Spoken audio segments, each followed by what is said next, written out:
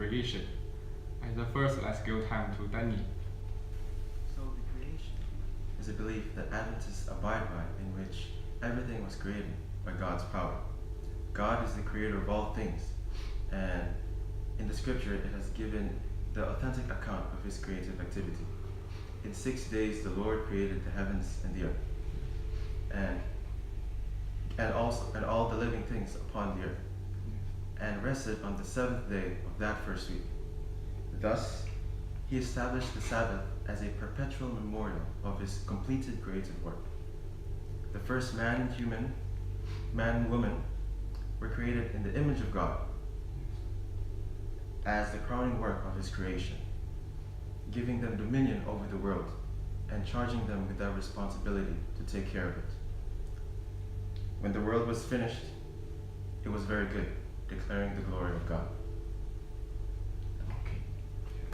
In the beginning, God created the heavens and the earth, and the Spirit of God was moving upon the face of waters. And God said, "Let there be a light." And there was light. And God called the light day, the darkness is night. It was the first day.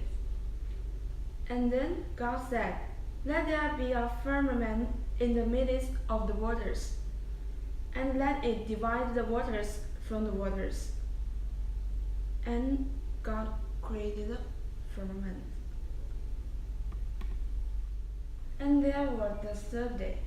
Then God said, "Let there be light in the firmament of the heavens, to divide the day from the night, and let them be for the sign and seasons, and for days the years, and let them be for lights in the firmament on the heavens, to give light on the earth." And it was so. Then God made two the great light. One great light is to rule the day, we call the sun, and another light to rule the night, we call the moon. Then God set in the firmament on the heaven to give the light on the earth, and God created the star too, rule the day over the day and over the night, and to divide the light from the darkness. Then God said, "Let the waters under the heavens be gathered together into one place, and let the dry land appear." And it was so. So there appeared land. God called the land earth. And God said, "Let the earth bring forth grass, and herb that yields seed, and the fruit trees that yields fruit according to its kind, whose seed is in itself on the earth." And it was so on. So God created different kinds of the aquatic life and all kinds of the birds.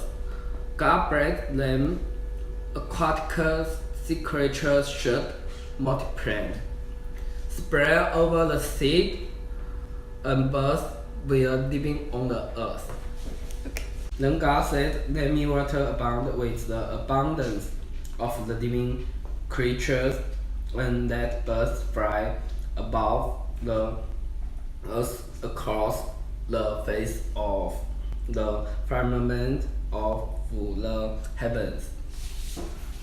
God said, "Let us make the man in our image, in our fashion, so that they may rule the fish of the sea, the birds of the air, the cattle of the earth, and all the insects that creep on the earth."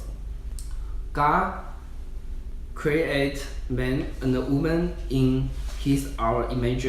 God saw all that his heart done was very good, and there was evening, and there was morning, the sixth day. On the seventh day, heaven and earth were made, and God finished the work of the creation, and blessed the seventh day a holy day. For on that day he had rested and all his work and rest. That's all. Thank you. I want to know, do faith in God and science contradict? As we know, first, the science is defined as the observation and the identification, explanation of the phenomena. But I think, and in fact, most of Christianity are afraid of the science because they think they know more about the science. It will weaken their faith in God. But the truth should not be fair. And we know more about science can help us to appreciate the creation of our God. However, there will be a dangerous if our faith, our belief in science that above our faith in God. That will be a dangerous to our life of spiritual life.